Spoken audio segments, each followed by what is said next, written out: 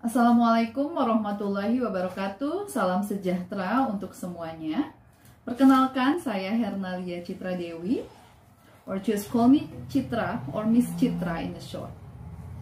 Saya adalah dosen pengampu mata kuliah TOEFL, Test of English as a Foreign Language, di mana saya mengajar untuk mahasiswa semester 7.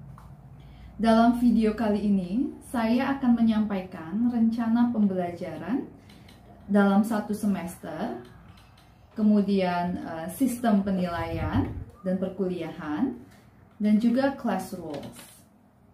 Oke, saya mulai dengan sistem penilaian. Sebagaimana yang sudah kita ketahui bersama bahwa sistem penilaian ini terdiri dari beberapa unsur. Yang pertama itu ada nilai tugas. Nilai tugas ini bisa kita dapatkan secara harian maupun mingguan. Lalu ada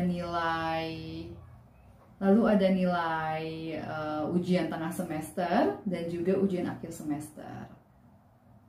Namun demikian, kehadiran tetap menjadi pertimbangan ya. Total kehadiran tetap menjadi poin pertimbangan dalam pemberian nilai. Walau demikian, kehadiran juga berperan penting dalam penilaian. Jadi pastikan bahwa kehadiran kalian semua mencapai 80% dari total pertemuan. Untuk selanjutnya mengenai class rules. Class rules, sebagaimana yang kita ketahui, di masa pandemi COVID-19 ini kita harus menjalani perkuliahan dengan sistem daring dalam jaringan, atau biasa kita sebutnya PJJ ya, pembelajaran jarak jauh, dimana syukur alhamdulillah lembaga kita, universitas kita sudah memiliki satu web pembelajaran, yakni LMS, Learning Management Center, di mana dosen dan mahasiswa bisa melaksanakan pembelajaran melalui website tersebut. Akan tetapi, saya pribadi menggunakan media tambahan, yaitu WhatsApp Group, sebagai media diskusi.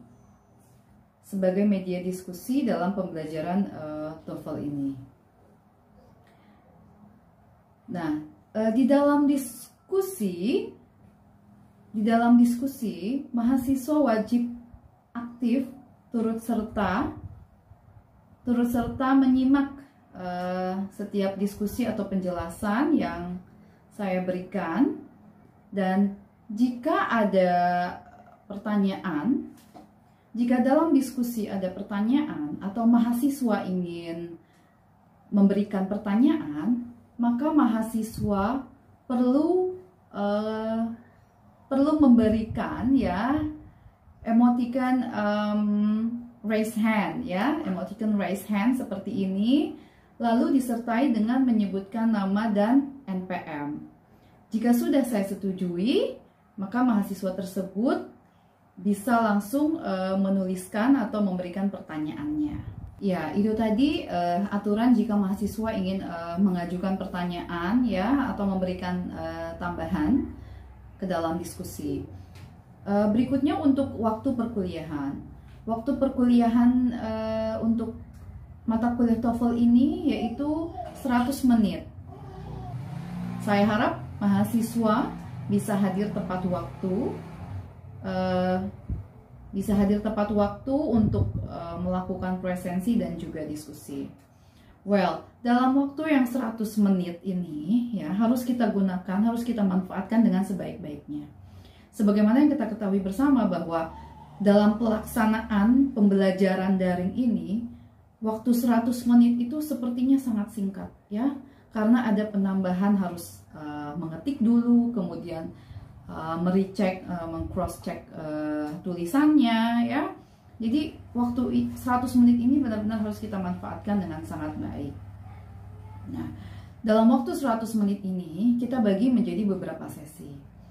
20 menit pertama ini bisa kita 10 menit pertama bisa kita manfaatkan untuk melakukan presensi.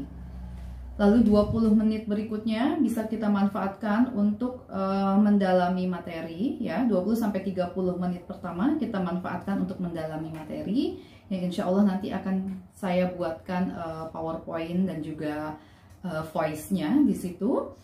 Kemudian sisa waktunya ya cukup banyak, sekitar 40-50 menit bisa kita manfaatkan untuk pengerjaan latihan soal. Seperti itu ya kelas ya untuk pembagian sesi waktunya. Oke, berikutnya akan saya sampaikan rencana pembelajaran kita dalam satu semester ini ya.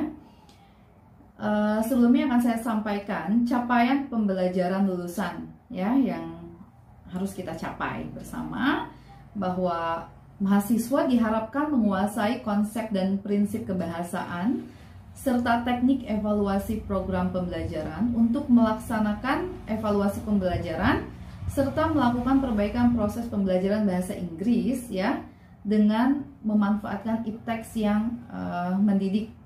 Itu capaian pembelajaran lulusannya. Lalu capaian pembelajaran mata kuliah ya, capaian pembelajaran mata kuliah TOEFL ini adalah setelah menyelesaikan mata kuliah ini, mahasiswa diharapkan terampil dalam mengerjakan soal-soal TOEFL sesuai dengan kurikulum, silabus, metode, bahan ajar, sumber ajar, media pembelajaran, sampai evaluasi pembelajaran yang tepat dan benar sebagai persiapan mengikuti tes TOEFL yang terstandarisasi. Baik, berikutnya akan saya sampaikan materi pembelajaran dalam satu semester ke depan. Untuk tes TOEFL sendiri sebenarnya terdiri dari 3 hal ya. Yang pertama, listening comprehension. Nah, untuk listening comprehension sudah kalian dapatkan di 4 atau 5 semester sebelumnya ya. Dari listening 1 sampai 3 diikuti dengan mata kuliah dictation. Nah, berikutnya yang kita pelajari di mata kuliah TOEFL ini terdiri dari 2 hal tadi ya, 2 hal berikutnya, yaitu structure and written expressions. Yang ketiga ada reading comprehension. Nah, untuk structure and written expression ada 10 bagian yang kita pelajari bersama nantinya, yaitu subject verb agreement.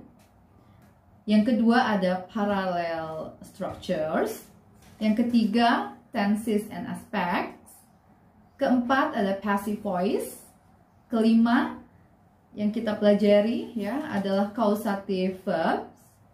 Yang keenam ada subjunctive. Ketujuh, problem and similar verbs. Kedelapan ada participle, infinitive and gerund phrase.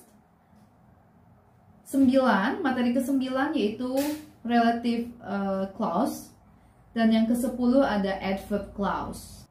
Lalu di unsur yang ketiga yang akan kita bahas adalah mengenai reading comprehension. Di reading comprehension ini menekankan kepada finding topic and main idea, kemudian finding stated and unstated detailed questions, ada juga finding pronoun references.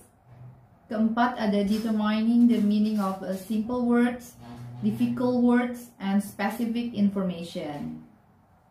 Nah, itu tadi beberapa materi pembelajaran yang akan kita pelajari nanti. Nah, untuk berikutnya untuk sumber ya atau bahan ajar atau reference.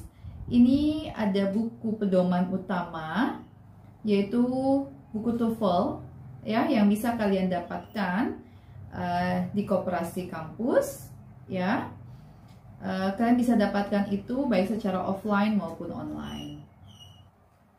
Baik, itu tadi perkenalan dan juga pembahasan rencana pembelajaran semester. Kita bisa mulai perkuliahan kita dengan efektif dan efisien ya kelas ya di masa pandemi ini. Mudah-mudahan kita tetap bisa melaksanakan pembelajaran jarak jauh secara maksimal dan berkualitas. Terima kasih banyak. Sampai bertemu di video selanjutnya. Wassalamualaikum warahmatullahi wabarakatuh.